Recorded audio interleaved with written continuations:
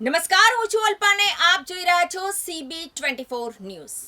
Sabarmati riverfront project phase 2માં નદીની બંને બાજુ ડફનાળાથી ઇન્દિરા બ્રિજ સુધી 5.50 કિલોમીટર નદીની લંબાઈમાં ડેવલપિંગ કામ હાથ ધરવામાં આવ્યું છે.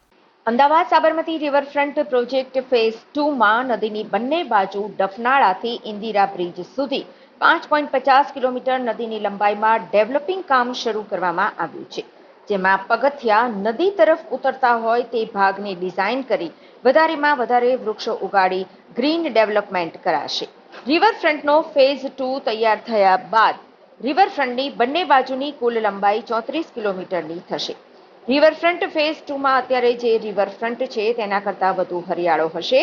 ફેઝ 2 બનવાની સાથે વિશ્વના સૌથી મોટા નરેન્દ્ર મોદી સ્ટેડિયમ તેમજ સરદાર પટેલ સ્પોર્ટ્સ એન્ક્લેવને પણ કનેક્ટિવિટી સાથે વિકસાવાશે.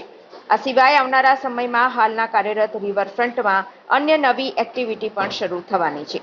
અમદાવાદ સાબરમતી રિવરફ્રન્ટ ફેઝ 2ને અંદાજે 1200 કરોડ રૂપિયાના ખર્ચે ડેવલપ કરવાનું આયોજન છે, જેનું કામ માર્ચ 2024થી શરૂ થઈ ગયું છે. 2028 સુધીમાં કામ પૂરું કરવાનો ટાર્ગેટ છે.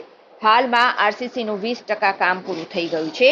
સાબરમતી રિવરફ્રન્ટ પ્રોજેક્ટ ફેઝ 2માં પશ્ચિમ કાંઠે અચેરથી પૂર્વ કાંઠે કેમ્પ સદર બજાર વચ્ચે 6 લેનનો બેરેજ કમ રબર બ્રિજ બનાવવામાં આવશે.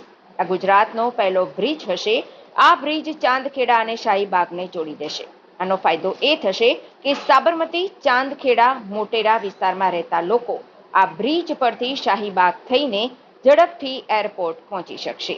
આ બેરેજ કમ રબર બ્રિજ ઉપર 6 લેન